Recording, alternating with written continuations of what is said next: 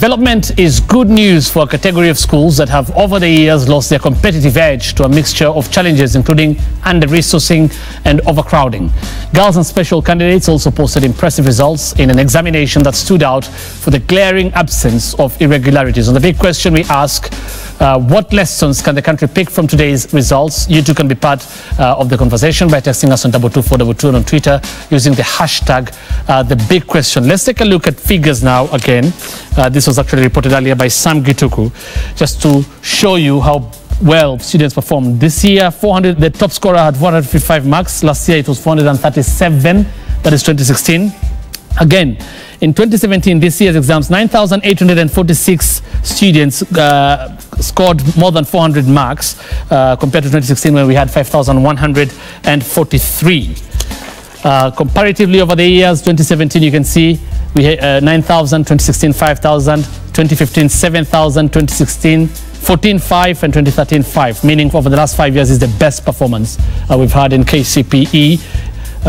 And then students again here, 217,307 students scored over 300 marks, that is 300 to 400 marks.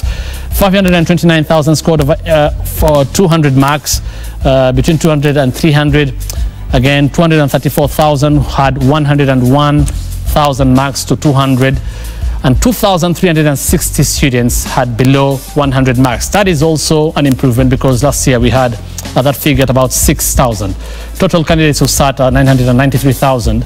Absent candidates this time were 9,726. In studio now, I have Mboko Milemba, who is a member of parliament and is also the MHA member of parliament, but also the KUPET National Chair. Thank you so much for making time for us tonight. And Amos Kaburu, Senior Programs Officer to WAINAINA East Africa, also an education analyst and a researcher. Thank you both for making time for us tonight. Now, there are so many reasons that have been given as to why we've had such a good performance, and you can say what you think are your reasons. But we've had Matiang'i talking about improved overall performance, pegging it to performance contracting of teachers. We know this has been a thorny issue in this country. Does this essentially settle the dispute that the recruiting of teachers on contract is the way to go? I'll start with you. Oh, yes. One, I want to congratulate the teachers of Kenya for the good performance. And I also want to thank Matiang'i because for the first time he praised the teacher. Since he became a minister, I was so much impressed that he said the only single factor that really transfers or changes the learning and the education system is the teacher. But back to your question is whether performance contracting has contributed to the good performance. I think no.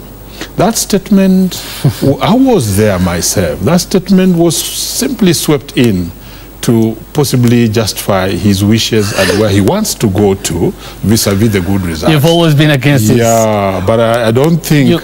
I've always been against that. I don't think it's the main reason. The main reason why... It's not a reason at all. You don't think it's a reason at all? Not because it's happened this time and we've seen some good performance. Many things happened. So also let me tell you what has happened. The main thing is that there was real peace in the education sector. Despite the fact we were going through a political period, but the education sector was very calm. There was no strike. There was no threat for a strike. There was nothing. And teachers concentrated on their work. And I want to thank the fact that finally the government adhered to the fact that we need a CBA for the teachers so that we can bring peace in the education sector. So that peace was more paramount, but not necessarily performance contract. Okay, Amos, what do you think? Thank you, Hussein. I wouldn't agree more with what the chair is saying. I think by arguing that performance contracting is what accounts for the good results. One of the reasons, one of the key reasons. It could just be one of the reasons, perhaps not even the key reason. It's quite simplistic, and it really is actually a pedestrian statement, to put it that way. Because we have witnessed that results in the previous years were terribly contaminated. If I may use the words of Justice Johan Kriegler, the results sometimes will be irretrievably polluted, that you will not be able to tell the extent to which they will be reliable and to be relied upon to make certain decisions. For a fact, I had argued a few weeks ago, interviewed by several media houses, and I put it that the performance this year will be far much better than the previous years. And I can even bet right on this table that come next year, the minister will be forced to reconsider some of the decisions that he has made, including the statement that the decision that any candidate who scores 400 marks will have access to a national school. You don't think if the government does not put in place certain fundamentals, come the next 2 years, we will be back to standardization. Because for a fact, Kenyans are hardworking. And the results that we've seen this year are a result of hard work, because people have come to appreciate that hard work pays. Because last year, the examination caught people flat-footed. And because there was a feeling that you do not necessarily need to work hard for you to get the results, because it's a fact there was cheating left, center, and right that led to massive cancellation of results. For instance, looking at it last year. So for us to say that performance contracting is what accounts, as I have said, it is quite simplistic and to an extent a serious pedestrian argument to make. That we didn't have strikes, so we didn't witness strikes as before. Do you think that that was a contributing factor? I could also even add further, and I will again emphasize what my brother has put. The fact that, and again, look at the speech from the chairman. The chairman was very, very concrete, and he said, now I'm speaking like a doctor. I saw students calculating, and sometimes even when I was close to them, they could not realize I was around. And he said it meant the brains were working. Meaning there was complete, total work and work ethics put into the learning processes, such that the students were very well prepared. They were not expecting any other form of assistance from outside. And they put in their all to realize the results that we have seen. And that's what we want. And then there was, of course, that bit of the peaceful atmosphere, and the teachers worked hard.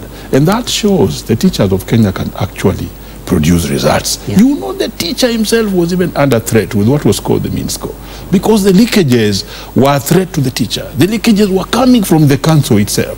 So the teacher in school A does not know whether the teacher in school B has a leakage, and therefore the fairness was not there. I'm sure the teachers are very happy now with what is happening. Okay, what have we seen? I mean, what we have seen in public schools, I mean, performing very well this time around, public primary schools.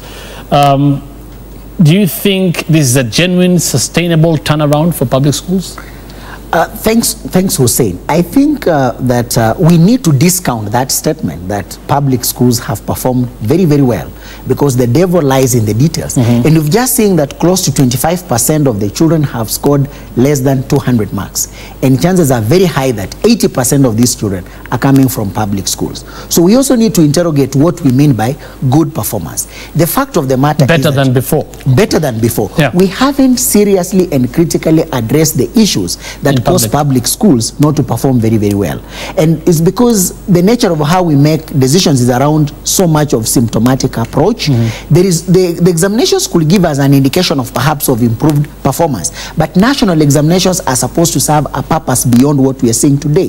There are several indicators in terms of measuring education indicators of efficiency, which include issues around access, issues around equity, issues around wastage, issues around retention rates, all the way up to transition levels. These are the critical indicators that perhaps we need to be looking at, so that we are able also to put into context the kind of results that we are seeing today. For instance, if we say that 27 counties have reported more girls than boys, we have to put this into context.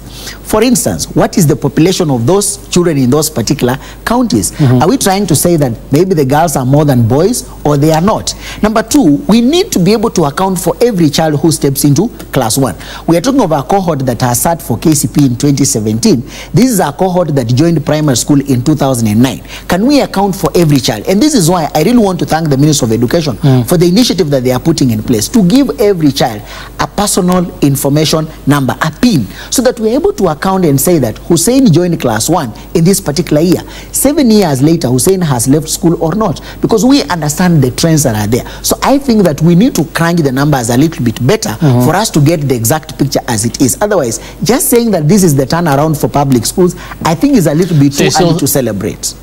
So you still, I mean, you don't think this is sustainable? I don't think that this, unless sustainable issues, particularly around motivation of teachers, you need to look at the issues around facilities and facilitation of public primary schools, especially around if they don't have classrooms, if these schools don't have teaching and learning materials, there is very little cooperation in terms of parental support. And you can see the school that we just witnessed in MERU, KATHIGIRI Primary School, that one of the factors is, as Mheshimiwa has put it, research has shown that good performance is a factor of two things. Number one, teacher commitment, and number two, parental involvement. So can we really conclude that we have got a more proactive parental community in the public school that will be able to deliver certain results? I don't think that I'm confident enough to say that the parents of the public schools have reached that level for us to give them a clean bill of health.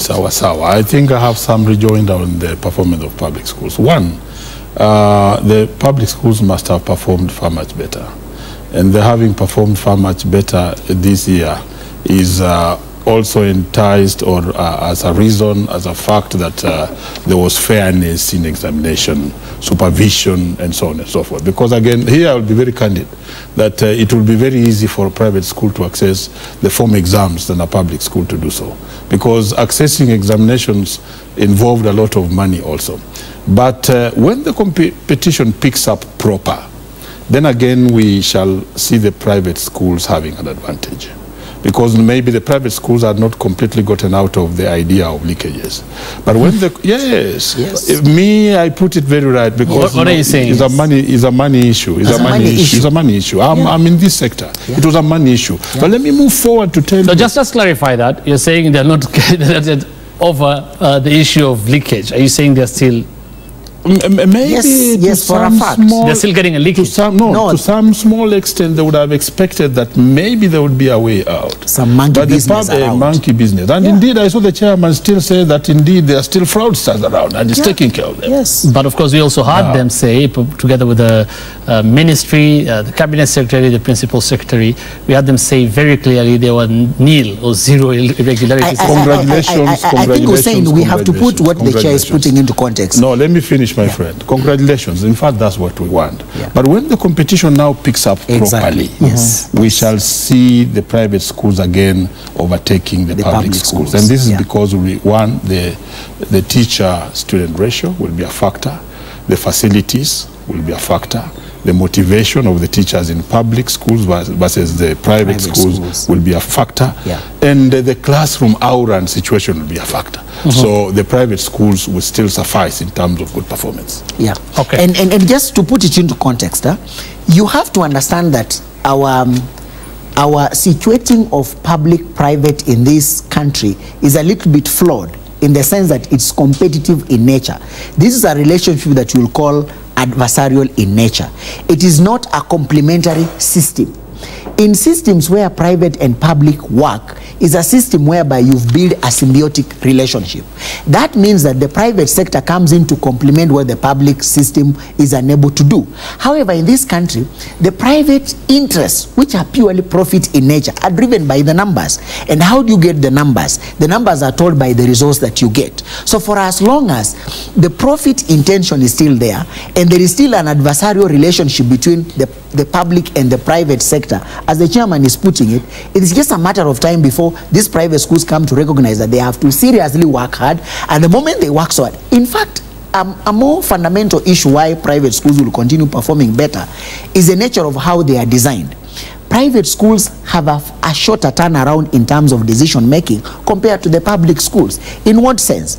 The public schools are highly engrossed and engraved in a bureaucratic process of decision making. If you have to introduce any change in a public school, it's a very, very long and tedious process. If I work in a private school and I see that there is a new strategy that we need to employ, all I need to do is to convince my parents to pay something a little bit more, and the parents pay. Therefore, the decision turnaround is a bit faster, and therefore you can easily change the strategy, which is not so easy if you are working in a public school. Okay, now that you're talking about changes, very briefly, two more questions right up. There are a few changes that are going to be brought about.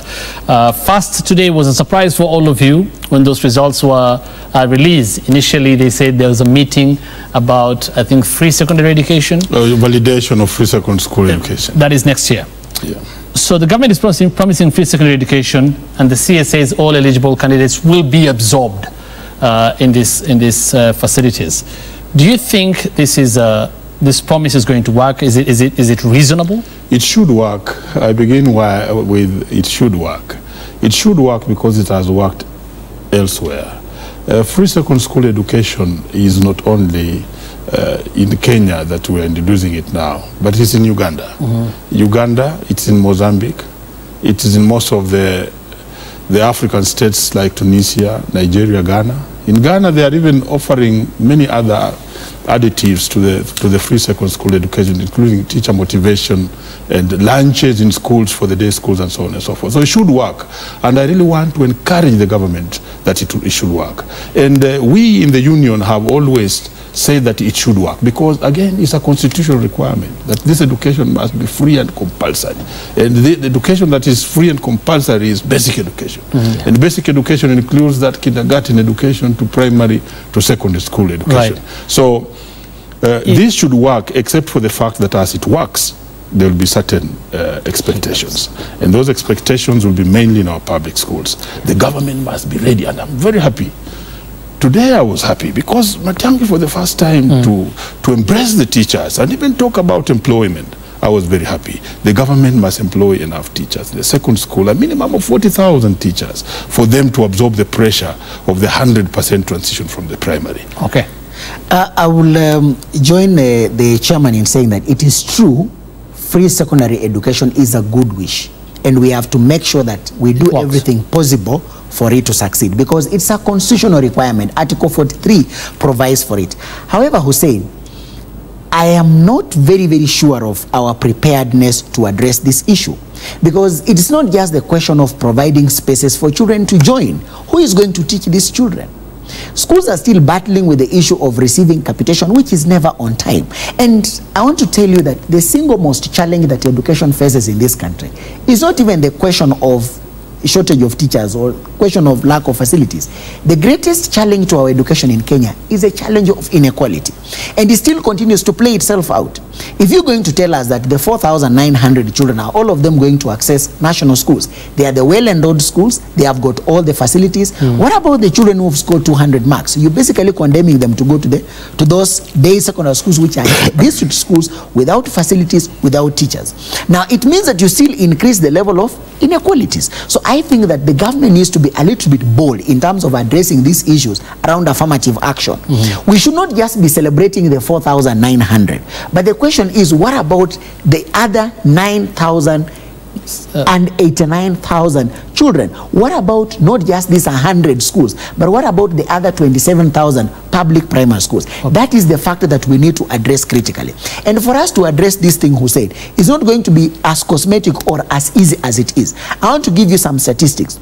By the year 2011, the government was spending 5.6% of the GDP on education. As we speak now, the percentage of allocation to education has actually shrunk up to 5.1%. However, if you look at the actual numbers in terms of allocation, we've increased from 169 billion to close to 369 billion. But still, this does not solve the problems that we have. And it has got everything to do with how we design education in this country. And unless we find a sustainable mechanism, we are not going to finance education. I can tell you for sure. Come 2030, we require to invest not less than 880 billion in education. And unless we are quite strategic and radical in how we plan and design education, it is completely going to be unaffordable, and the inequalities will increase because those who have money will send their children to private schools. Unfortunately, private education is not a solution to any country. The solution lies in public education. We'll have to wind it up there, but thank you so much for coming. I'll ask you very briefly, just a yes or no answer, because there's another issue about the curriculum and the change of the curriculum. There's already a pilot program going on, which the CS today said is very impressive. But of course, the ministry also says they'll take a lot of input from stakeholders before they implement it. What do you think about it? Is it a good thing? Is it a bad thing? Should we go for it or not? It is a perfect thing because I've seen what is happening. We really need to encourage it so that it's not a white elephant, so that it is not a stillbirth. We should deliver this child so that even we are able to name this child. The new curriculum is welcome, but we prepare the teachers and the infrastructure for it. including employment of more teachers. Very well, very well, very well. Amboko still had to bring that up, but thank you so much for employment of teachers. But thank you so much for making time for us tonight. Amboko Milemba is the MP Muhaya, but also the Kenya Union of Post-Primary Education Teachers Chair, National Chair, and Amos Kaburu, Senior Programs Officer to West East Africa, also an education analyst and researcher. I'll take a look at your tweets very briefly, what you're saying, a sample. James Mbadi, hongera to public schools. Keep up the good work. Parents, it's time to support these schools. Zefani says, well done, all the stakeholders in the education sector. The results are impressive. Robert Ngeno, very impressive to see our pupils recording 0 irregularities. Bravo to Matiang'i as well. Carol Mweni, despite the political tension, our children managed to make it. It's a step in the education sector. Kudos 2017 candidates. And Wesaya Josepha, the boy child has been neglected. Girls at the top in most counties. We'll be talking. I wish we don't have time for that, but these are issues we'll be talking about in the next few days. But to our guests again, thank you so much for making time for us tonight. We're back with business news after this break. Stay tuned.